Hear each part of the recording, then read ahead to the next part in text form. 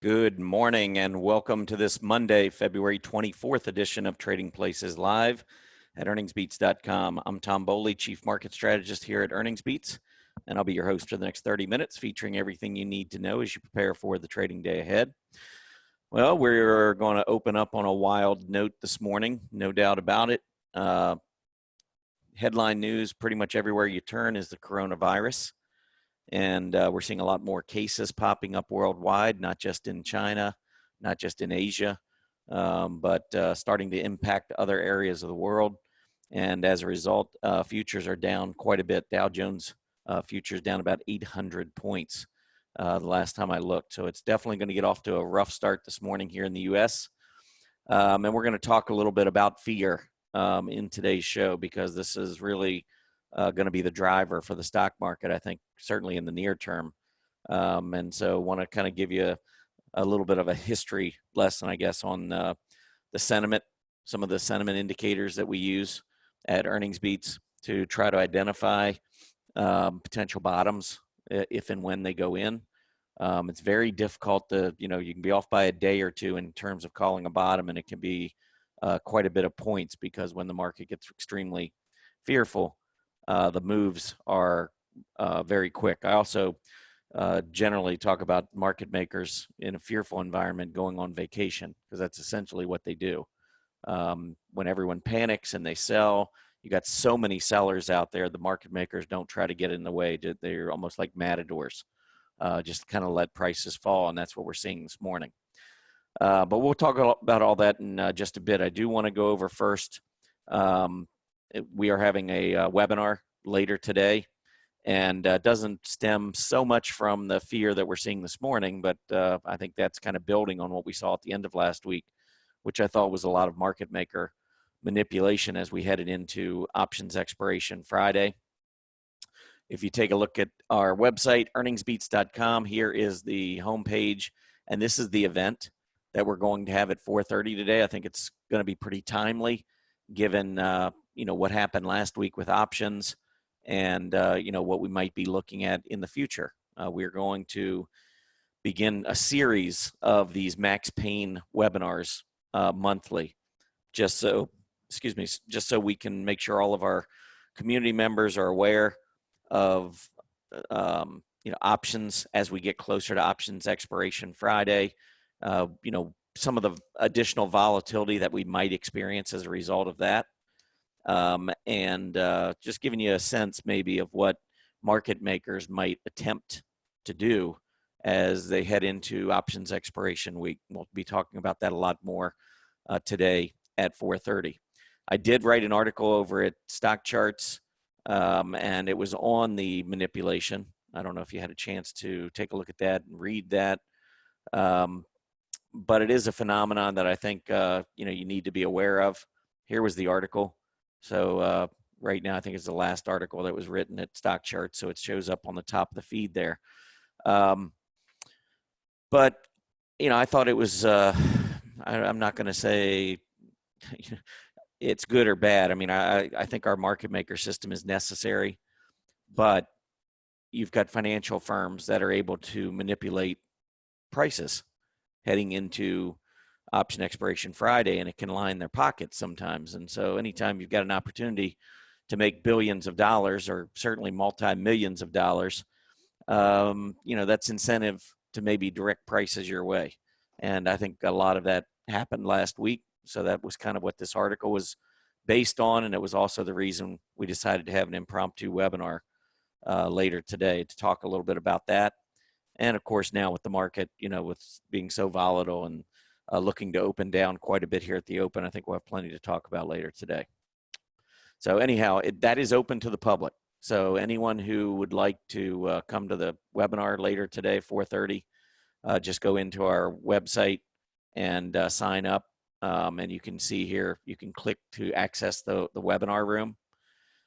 So if you come in here and you just click on this, you'll go into the room. The one thing we do ask is, we want everyone to be part of our community. So if you do go directly into the room, you're just agreeing for us to add you to our free newsletter. No credit card required. It's completely free.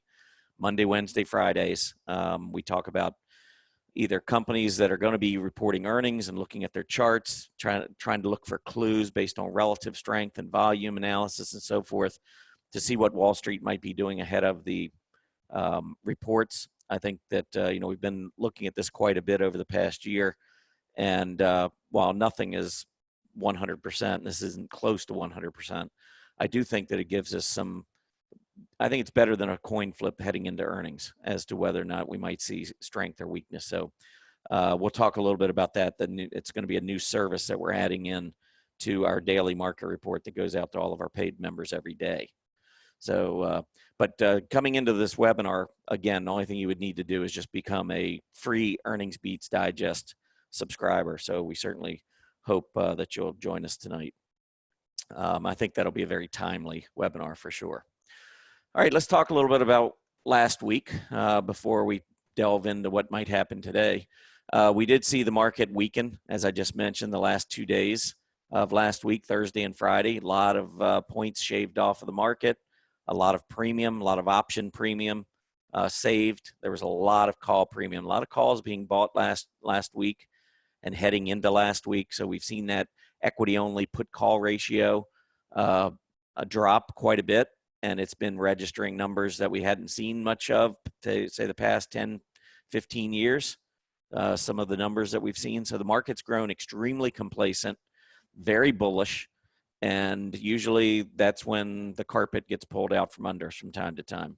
And so we always want to keep track of that. But I think a lot of that weakness that we saw at the end of the week was definitely options related. Historically, this isn't anything new. I talk a lot to our members and I talk about it on the shows. I write about it the 19th to the 25th of calendar months. I mean, how many times have I pointed that out? That's the period historically when you've got to be careful. Options expire the third Friday of every month. So that's going to be the monthly options expire the third Friday. So that can be anywhere from the 15th of the month to the 21st of the month. That's when the third Friday has to hit. So it's usually option expiration week, or maybe even into the week following option expiration week, that we need to be careful, because market makers are doing whatever it is they do as a result of winding down options 1 month and of course starting up for the next month. But we can see the Dow Jones Industrial finished down 227 points on Friday. The S&P was down 35 points, over 1%. NASDAQ, the high growth companies on the NASDAQ were hit the hardest at the end of last week. And that makes sense. I mean, those are the companies where we see the most option activity. So a lot of those companies had a tremendous number of in-the-money calls, and they got wiped out at the end of last week, many of the NASDAQ stocks. You can see the NASDAQ, which had been the best performer, got hit the hardest, down 1.8%. Mid-cap stocks and small-cap stocks also down a little bit more than 1%, not as much of an impact on those companies in terms of options because they're not traded as heavily.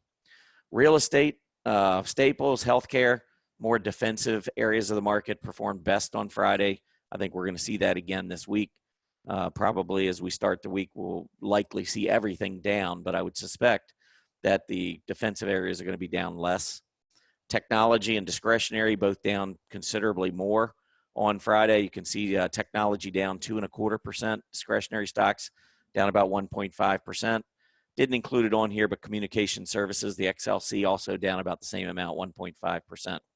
So there was a disparity in how the stocks traded at the end of last week. Again, I think those that were most impacted by the max paying issues, the in the money call premiums, those stocks that had a lot of that, I think were the ones that were hit the hardest, and those fell into the areas that I just mentioned. All right, the 10-year Treasury yield. First of all, there's no economic reports out today, and the bad thing about not having economic reports, and there's not really any big earnings coming out, or no big earnings has come out yet this morning, and probably no major company is going to be out. Not too many of them out this week. So we're kind of getting into the second and third tier for the most part of companies reporting earnings. So when you've got not a whole lot going on in terms of economic news, and you got not a whole lot going on in terms of recognizable, big names in terms of earnings, then the focus turns to the coronavirus or whatever the fear happens to be. and that's it. And I've said before, I don't take the coronavirus lightly. I mean, it's absolutely a world health risk, and I don't downplay that, but I do think that it's overblown in terms of how the media cover it. Just my opinion. And I don't know how bad the coronavirus is going to get. I do think that, obviously everyone around the world is aware of it and doing everything they can to try to slow the spread and to lessen the impact. But it clearly is having an impact. I mean, there's no doubt about it. You don't have to look much further than airlines, cruise lines, casinos, theme parks, those types of things where, people are going to immediately cut down or cut out those types of things in their schedule. Those companies are already heavily impacted.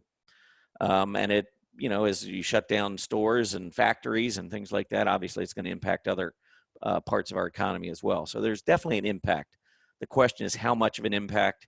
And I can just tell you from history that the stock market tends to go too far. Maybe you can say in both directions, but certainly when the fear builds, the losses mount much, much faster than the gains accumulate. So you can have gains that go up for 6 months, and literally in a week you can wipe them out when the market gets really fearful. So you do have to be aware of that. We can't overlook it. We can't say it's not happening, it's not there. But at the same time, I do think down the road, and I don't know when down the road is, but at some point down the road, we'll look back and say it was overblown. This was an opportunity. But how good is the opportunity going to get? That's the big question. But right now you can see the 10-year Treasury yield today down another 10 basis points to 1.36%. We are now challenging the lows established in 2016 and 2012. We are back into the 130s. I think 132 might have been the low, 132 and a half. Let's see here, 133, 133.6. So 1.33, 1.34 is that low on the 10-year Treasury yield, and we are at 1.37 now and dropping pretty rapidly. So I think the bond market is, again, screaming to the Fed to cut rates. We have no inflation really to worry about, and now that the coronavirus certainly is going to have folks wondering what kind of economic impact this is going to have. So I think it opens the door clearly for the Fed to come in and cut rates. Short term, I don't know that that's going to matter. Long term, I think that's going to play very nicely into the bulls' hands, but got to get through what we're dealing with right now. All right, let's move on. I want to talk a little bit about the VIX volatility index, and I want to talk about the equity only put call ratio, because these are two sentiment indicators that I like to follow to alert me to when the market is getting extremely fearful. You always have to be aware of the market growing more fearful, because when the market gets fearful, that's when the big drops occur. And trying to time exactly when enough fear is enough is hard to say, because not every bottom in the market is exactly the same. So this is a chart of the VIX just over the course of the last year. And let me just explain a little bit about what the VIX is for those of you maybe that are not as familiar or don't follow it. It's just a statistical calculation, if you will, looking at the shorter term S&P 500 index options. So it's a real-time market index. It represents or tries to represent the market's expectation of 30-day forward-looking volatility, and it's basically results in pricing of options, the premium that you pay for options going up and down. So when when the market's just kind of boring and going up day after day, in a secular bull market advance, option price is the price that you have to pay in addition to how much a stock is trading, say, over a strike price. That inherent value based on time and all that goes up considerably sometimes. And as the market gets more volatile, those spreads or that premium that you pay on options goes up significantly. And so the fear kind of feeds on itself until we just kind of get a washout in the market. So right now, when you're looking at the volatility index here at 1.7, over the course of last year, you can kind of see that's middle of the road, but you also can notice that here in February, we have seen, well, in January, when the market sold off, you saw the spike, and the VIX got up to about 20 on intraday high. And then on Friday, we got up to about 18. Well, one of the features here at stock charts, if you go into the symbol summary, I don't know if they do it on the VIX. I know I saw it on the Yahoo Finance. Now, I looked over at Yahoo Finance, and the VIX was up to 23 and change. It was up 48% this morning. So kind of keep that in mind as we're looking at this. We're going to open up here near the high in terms of the last 52 weeks on the VIX. And if we see any selling at all at the open, in addition to the gap down, there's a chance we could go through this 25 level, which would be the highest the VIX has been in the last year. So clearly, fear is going to be center stage, front and center stage for the market to open the week, and likely, for the next couple of days at least. And that's going to make for a very difficult market environment because we can throw, out rational market behavior. When the VIX spikes, everything becomes irrational. So let's take a look. I'm going to go a little bit longer term. I want to pull up the VIX. Now, this is a 10-year chart of the VIX, and this is the daily readings. And you can see the daily readings kind of all over the place, jumping around. And then here on the middle panel, I've got the S&P 500. Let me make this a little bit bigger.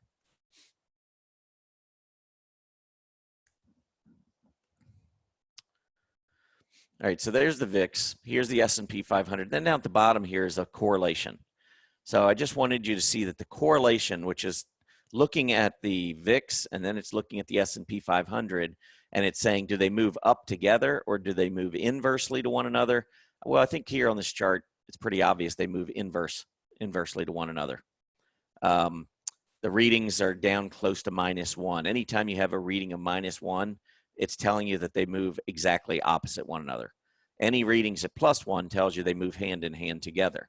Well, you can see that throughout the past 10 years, you don't get too many readings that are even in positive territory. Forget about 1, not going up to 1. But we have very, very few readings that are even positive. Most of the time, we are inversely correlated, which makes sense. The market gets fearful, and the VIX spikes when the stock market goes down. So VIX is going up, stock market goes down. Now, one thing I wanted to do, instead of having a solid line chart of the VIX, and I think I've shown this before, probably a few times. If you click on invisible, now I have a 5-day moving average. This will get rid of all the noise on the chart and just show the 5-day moving average. So now all of that clutter from the daily stuff is done. And you could change this. I mean, you could go back and look at it on the 10-day moving average. That'll even smooth it out more. The point is, when you look at the stock market, major bottoms are carved out when the VIX spirals to really, really high levels. And I'm going to say, when you get the 5-day, I'm going to go back to that 5-day moving average. But when you get a 5-day moving average that moves into the 30s, you're talking about some pretty significant fear in the market. 5-day moving average, simple moving average, means that the VIX, which right now is at 23, if you get over 30 on the 5-day moving average, you've had 5 days where you've been over 30, which is even much more fearful than where we are when we open today's trading. So you can imagine the kind of bottoms that get carved out when the market literally is just, they can't stand it anymore and everybody's selling. So I want to just kind of highlight a couple things on this chart. And we probably won't talk about a whole lot more because I really think this is important to go over. And if it means we skip, earnings and upgrades and all, I think that's probably reasonable to do that. I'm going to annotate this chart because if you go back and you look at the major support levels on the S&P 500, and I'm just going to, go down here from these lows, and you can see for the most part, when we've had these huge spikes in the VIX, and I'm going to say, 25 is really starting to get up there. But when you get into the 30s, 5-day moving average, I'm just going to put this in here at 30. When you get those readings above 30, they generally coincide with very significant bottoms in the market. So when you're looking at that, I mean, here you got the bottom down at 2050. We did go back down and put in a double bottom, but essentially that bottom held. Here, now remember, we were very, very complacent. And so I suspect this will be similar, maybe to, I don't know if we'll get this high on the 5-day moving average of the VIX, but I do think that we're very similar in terms of where we are in the market, deep into a secular bull market advance, just like we were opening 2018. And then all of a sudden we had the drop here. Now this was 2,900 down to below 2,600, probably 12% drop, something like that.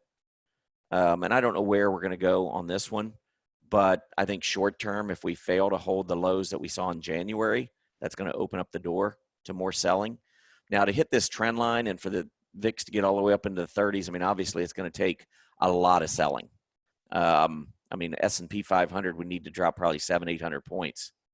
You know, probably going to be 100 today at the open or close to it. But yeah, that would be a huge drop. There'd obviously have to be a whole lot of panic.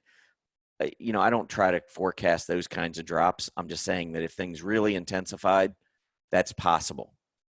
I would be shocked if we went down further than that, especially without any more confirmed cases in the U.S.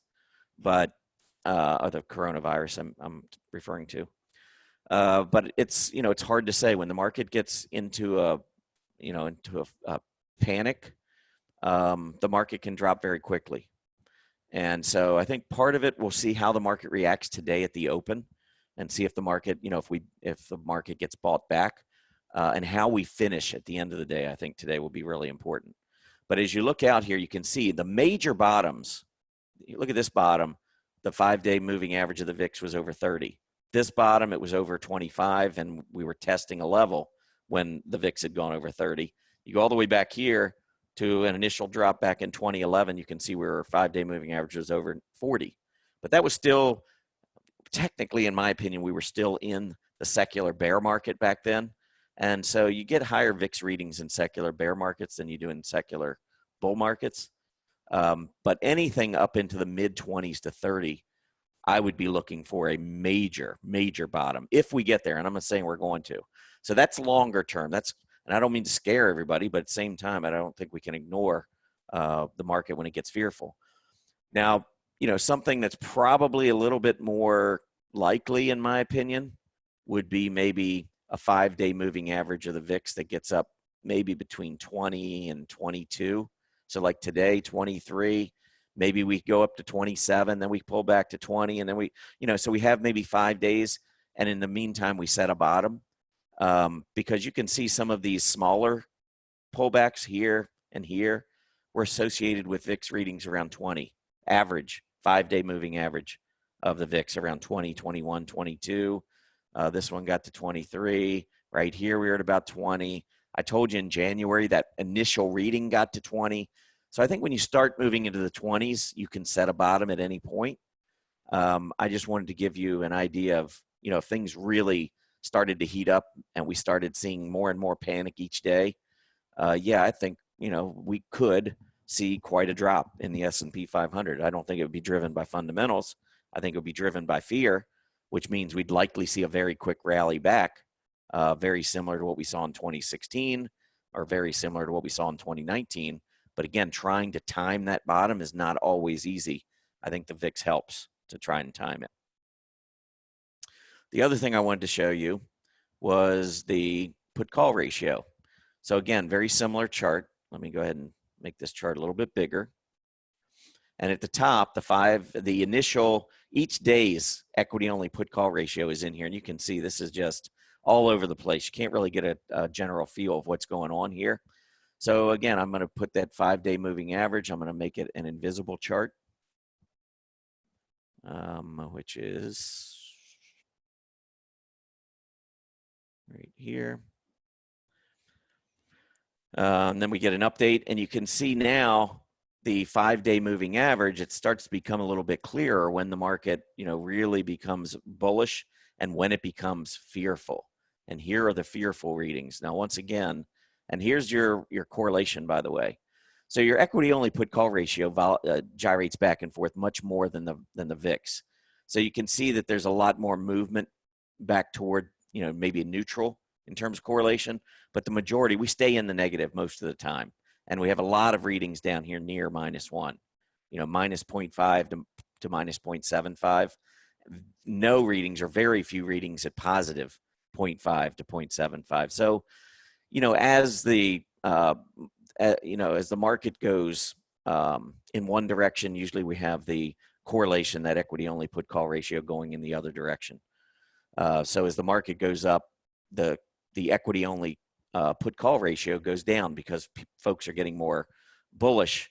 And when you take equities divided by, or your puts divided by calls, with the calls being the denominator, that number gets bigger and bigger, which makes the fraction smaller and smaller. So as the market goes up, that's why this fraction, the percentage, comes down. All right, so when the market's selling off, though, we see spikes in the CPC. So I'm going to just show you real quick what happens when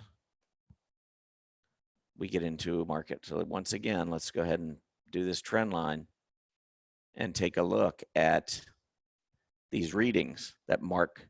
This is why we like to follow sentiment readings. So when you start getting above, I'm going to say even 0.75, I mean, when you get a 5-day moving average that gets above 0.75, a lot more puts are being bought. It means a lot more people are getting bearish, and that means we're getting a lot closer to a bottom, because sentiment is a contrarian indicator. So as people get more bearish, more and more and more bearish, that's usually when the market bottoms. So you can see the big bottom here was with this spike, this bottoms with this spike, these bottoms, you can see these spikes. Right now, we've got these very complacent market. So we had a very bullish market. This is going to help change that, which I think longer term will be good for the market. Short term, though, it's going to be very scary. So we'll see. But a lot of, again, some of these other bottoms here and here, we got up to about 0.75, roughly about 0.75, and that kind of marked it. So I don't know that we're going to get up to 0.90, but just getting back up into the 0.70s, I think, would definitely help the overall market from a sentiment perspective. All right, we're running out of time. So as far as earnings, and let me just read you a couple of the earnings quickly if I can. You've got AWI. I'll pull up one chart here. AWI. They reported they come out in with a pretty nice beat. Armstrong World Industries, they had a pretty nice beat. When I looked at the relative strength, you can see price, moving higher. This is building materials and fixtures. It's been doing okay, going sideways here. On a relative basis, though, you can see it's been going down. But the overall price of this stock relative to its peers was at about a 7-month high going into its earnings report. And it did come in $1.11 versus 85 cents. Stock's down about 1.3%, but it's going to take a pretty good report for a stock to be up today with the overall market just being so far down. A couple of stocks, I'm not going to pull up the charts, but upgraded was Keurig Dr. Pepper, KDP, Newmont Mining. Let me go ahead and I will pull that one up real quick because this is a stock that's been benefiting from a lot of the fear. So you get a lot of these gold stocks are going to benefit. And I know the stock was up pre-market, I think today, like another 5%. So it's benefiting from a lot of the fear that's taking place in the market. This is a group that is definitely much more attractive when the market is fearful. Downgraded, Aurora Cannabis, ACB was downgraded, stock down 6% in pre-market. Domino's Pizza, huge earnings report last week, being downgraded probably on valuation. It's down 2% pre-market. Norwegian Cruise Lines, let me pull this one up because it is kind of with what we talked about. Breaking down on a relative basis here over the course of the last few weeks, of course, coronavirus. This is a company heavily impacted, and you can see the stock has just been straight down. No denying coronavirus having an impact here. Stock's down another 6.5% pre-market, so it's going to break down to a 52-week low. Let's do the 3 you must see pretty quickly, and I just want to do this showing you what companies do, what they look like sometimes heading into their earnings report to kind of give you some clues. Health management systems. Stock broke down on Friday. The stock was a huge underperformer heading into its earnings. It was in the healthcare providers group, which hasn't been a bad group. Stock gaps down, but it was already in the charts. I mean, it was already telling us that HMSI was not going to necessarily be looking at good numbers. Zscaler, software company. Software had been on a roll to the upside, but Zscaler, you could see coming down, and you can see actually today's move even lower. But when you look at the relative strength, this is a stock relative to software that had been trounced. It was not one of the leaders. So we shouldn't have been expecting a huge report. And then the last one I wanted to show you is First Solar, FSLR. First Solar also gapping down below support. And First Solar is upgraded and downgraded today, by the way. I would have never upgraded it looking at the chart. Look at the relative weakness here. You can see relative to its peers, relative to the S&P 500, just not a good looking chart. And so when they come out with their earnings, you got to be careful. And I know some might look at this and say, oh, it's breaking out right before earnings. Somebody must know something. Well, they do. And this is what they know. They've been getting out of the stock for months. So be careful when you're heading into an earnings report with a company that's downtrending like that. All right, I think that is about it. The market is open. Let me just give you a quick update on the market before we go. Dow down 959 points. S&P is down 100. I spoke about that earlier, probably down about 100 today. I would be watching around that 3,200 level. I think things could really begin to pick up if we don't hold that area. NASDAQ, the hardest hit by far, down almost 4%, almost 400 points. Just a couple of days ago, up near 10,000. Now all of a sudden down 600-700 points in just a few days. Anyway, with that, we will be back later today. Remember that webinar this afternoon at 4:30. Come join it if you can. If you can't, we will record it and make it available to everybody so you can get a copy if you can't be there live, but we'd love to have you. Everybody have a great day. Let's hope the market rebounds. See you later today. Happy trading.